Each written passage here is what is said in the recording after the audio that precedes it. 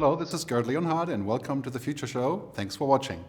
Today we're talking about offline as the new luxury. As you may have observed in the last few years, we are living in a world where everything that we do is constantly being filmed, photographed, collected, monitored, and surveilled, which means that all our movements, all our data, our social media, our search engines, our mobile phones are being collected into a giant pool of information. And this has a lot of advantages for us, of course, being online when you're traveling. You can look up hotels or restaurants, and you can write a review on Wikipedia and so on, or you can make a comment on TripAdvisor. But what it means is that we're very much used to constantly being connected.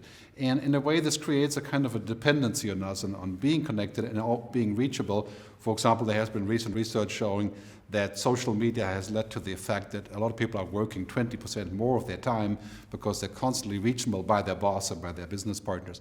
And from consumers, of course, this has also great advantages, but really what we're seeing here is a stress factor that's building up by being connected. And so recently you've seen this move towards what's sometimes being called detox or detech, which basically means that when you're disconnecting, you're feeling like you can be in the moment.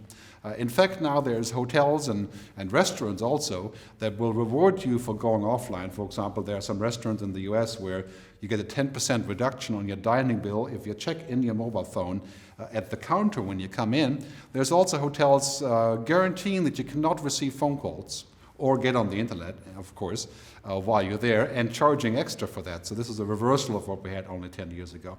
Offline is also a luxury if you're looking at the luxury market. For example, a lot of people who have more money are no longer carrying a mobile phone.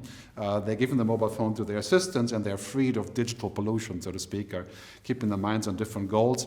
And you'll be seeing this trend in the next 5 years accelerating, as many of us will find a way to deal with a sort of a backlash of electronic communications and wanting to stay human, and also, of course, spending vacation in nature, going back to nature as part of this trip, organic foods and what's called mindfulness being a general trend as far as going offline is concerned.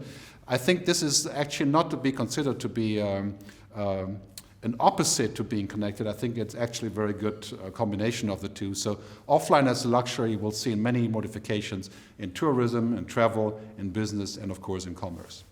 The question for kids, for example, if kids are going to be perceiving offline as a luxury, I think eventually that really applies to everyone, because everybody has this the feeling of wanting to go inside rather than outside. And I think this is something that even a 16-year-old will eventually experience after they have OD'd, so to speak, on connectivity. Then I think this is an effect that's merely human. It's not so much a generational effect. I think this is something we're going to see across all generations.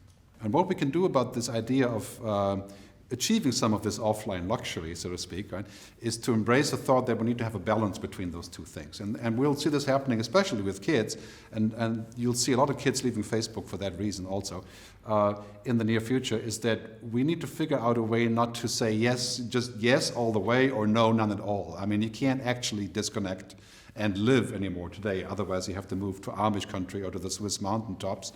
So you need to find a good compromise. So that requires a new social contract between how we communicate and when we do what, and will we have dinner with our iPhones or with our partners or our kids.